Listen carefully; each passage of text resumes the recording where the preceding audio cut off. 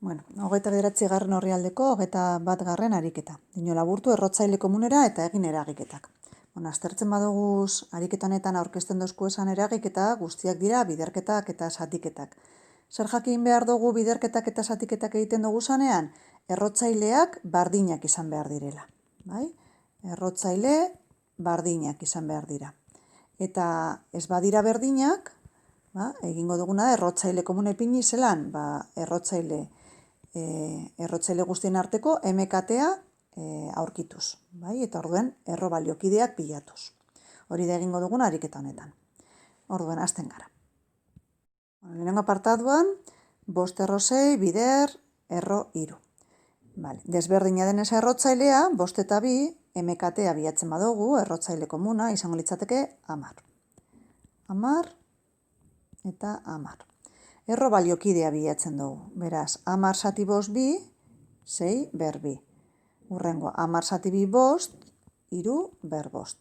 Ja, errotzaile berdina daukagunez, erroaren arteko biderketa izango da, errokizunen arteko biderketa. 6 karratu, bider, 3 ber 5. Hemen, bi gauza egin daikegu, bat izango litzateke kalkulu egitea, bai? Eta kalkulu egiten badugu, kalkulagailuz edo, gauz izango litzateke, 8.758. Eta itxidakegu horrela. Eta bestea izango litzateke hartzea erro hau, alegindu gaitesan, zer simplifikatzen. Orduen, zelan egiten dugu hori? Lehenengo gauza, faktorizatu aldugun guztia, 6 dala 2 bider 3, beraz, 2 bider 3 ber 2, bider, 3 ber 5, beraz, 2 ber 2, 3 ber 2, bider, 3 ber 5. Orain, 3 karratu bider, 3 ber 5, izango litzateke, 3 ber 7, eta, hau aztertuz, begiratu beharko geunke, ia biderkagairen bat atera daikegun. Kasu honetan ezin datera berretzaileak, errotzaileak, baino txikiagoak direlako. Beraz, hemen amaituko litzateke. Edo kalkulu egiten dugu, edo izten dugu faktoretan. Be apartadoan, zatiketa bat daukagu, nik zatiketak egiten doa zenean, gehiago gustatzen eta zatiketa marra erabiltzea. Horrela. Gauza dela, errotzaileak 3 eta 2 direla, eta MKTA euren artean da 6. Beraz, 6 erro, 6 erro. Orduen, orain. Erro baliokideak. 6 zati 3 2, beraz, 4 ber 2, eta 6 zati 2 3, 2 ber 3. Sartu daikegu dana erro bardinean, 6, eta orain faktorizatzen dugu. 4 da 2 karratu. Beraz, 2 karratu ber 2, 2 ber 4, zati 2 ber 3. Orain, simplifikatzen dugu, 2 ber 4 zati 2 ber 3 da 2, beraz, 6 erro 2. C apartadoan, zatiketa bat daukagu, baina lehen esan dutzuedan bezala, zatiketa marragaz idazten dut, iruditzen etalako argiagoa dela. Orain, MKTA bilatzen dugu, 6 eta 4 artean, dela 12, beraz, 12 erro eta 12 erro. Orain, erro baliokide ateratzen dugu, 12 zati 6 2, beraz, 20 ber 2, eta 12 zati 4 3, 10 ber 3.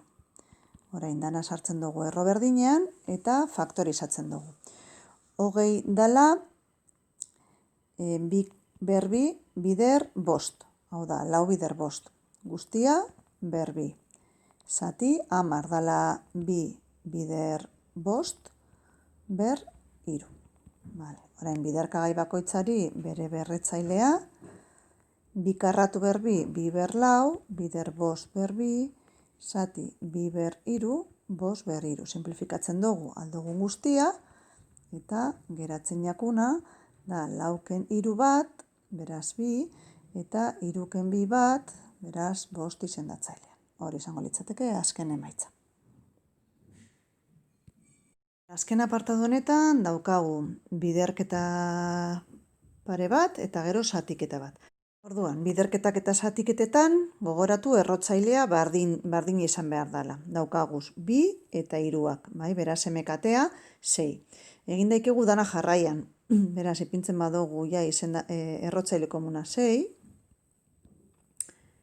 6 eta 6. Bale, egiten dugu orain errobaliokideak. 6 zati 2 3, beraz 2 ber 3, 6 zati 3 2, 3 ber 2, 6 zati 3 2, 2 ber 2, eta 6 zati 2 3, 3 ber 3.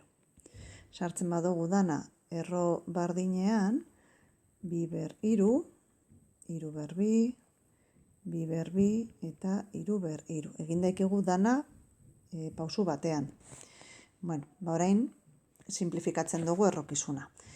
2 ber 3 zati 2 karratu, da 2, eta 3 karratu zati 3 ber 3, da 3 izendatzailean.